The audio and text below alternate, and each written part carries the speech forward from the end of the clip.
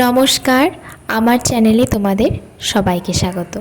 এখন বাজে ভোর 4:30। আজকে সকালবেলায় উঠে স্নান করে রেডি হয়ে গেছি।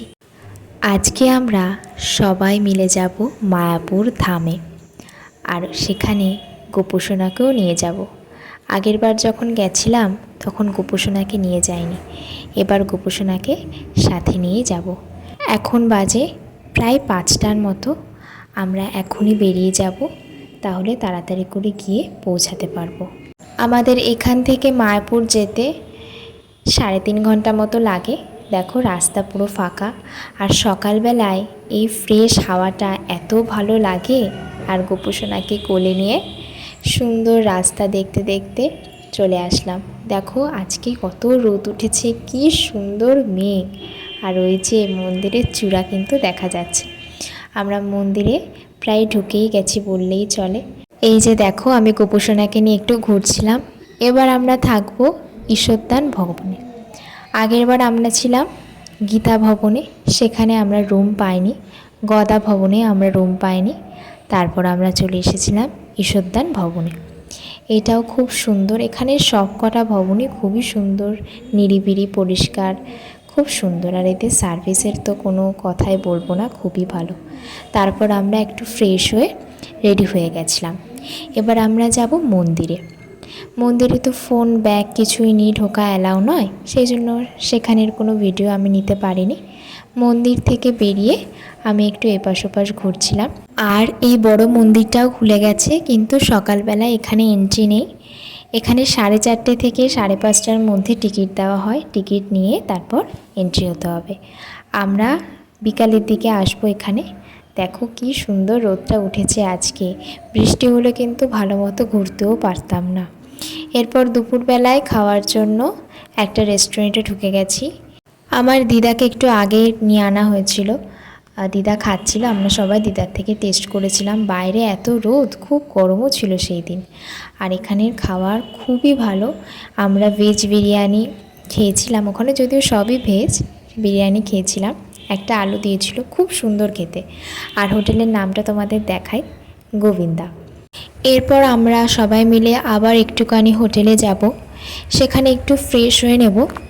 যে চলেও এসেছি হোটেলে। আর তোমাদের একটা জিনিস দেখায়, এই দেওয়ালটা দেখো কতটা সুন্দর। পুরোটা দেওয়াল জুড়ে কি সুন্দর স্কেচ করা। নিচে বিষ্ণু শুয়ে আছে, উপরে রাধাকৃষ্ণ, খুব সুন্দর স্কেচ এটা।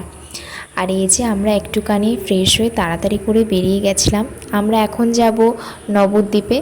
আমাদের সেখান থেকে আবার ফিরেও আসতে হবে, কারণ সন্ধ্যারতিটা আমাদের মায়াপুরে দেখতে হবে। দেখো কি সুন্দর লাগছে। ঘাটেও চলে এসেছি। মায়াপুর লঞ্চ ঘাট থেকে আমরা একটা লঞ্চে উঠে গেছি।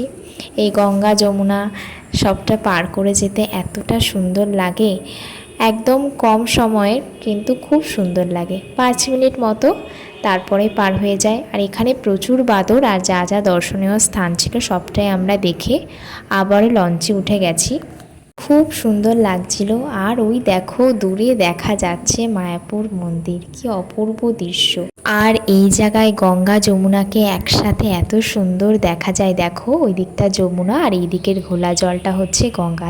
আমাদের ফিরতে ফিরতে প্রায় 4:15-20 হয়ে গেছিল। তাই আমরা টিওভিপি সেবা বুথ থেকে 3টে টিকিট কেটেছিলাম। টিকিটের দাম হচ্ছে 50 টাকা করে। আমরা 3 জন মিলেই গেছিলাম, আর সবাই আসেনি, ওরা খুব ক্লান্ত হয়ে গেছিল, রুমেই চলে গেছিলো। আমরা 3 জনে মিলেই এই বড় মন্দিরটায় ঢুকেছিলাম।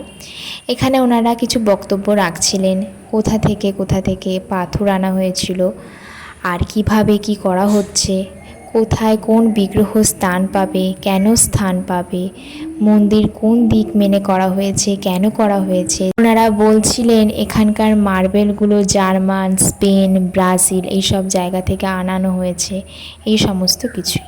তারপর আমরা এখানে কিছুক্ষণ কীর্তন দেখছিলাম। এই জায়গার কীর্তন দেখতে কিন্তু খুব মজা লাগে। আর এরপর আমরা বিকালের দিকে একটু মার্কেট ঘুরছিলাম। আর তারপর আমরা যাব সন্ধ্যারতি দেখব। দেখে আমরা আজকে বেরিয়ে যাব। মন শান্তি করার মতো একটা দিন আজকে আমরা কাটালাম সবাই। তাহলে আজকের ভিডিওটা এখানেই শেষ করছি। তোমাদের সাথে পরের আবার ভিডিওতে দেখা হবে। আজকের মতো টাটা।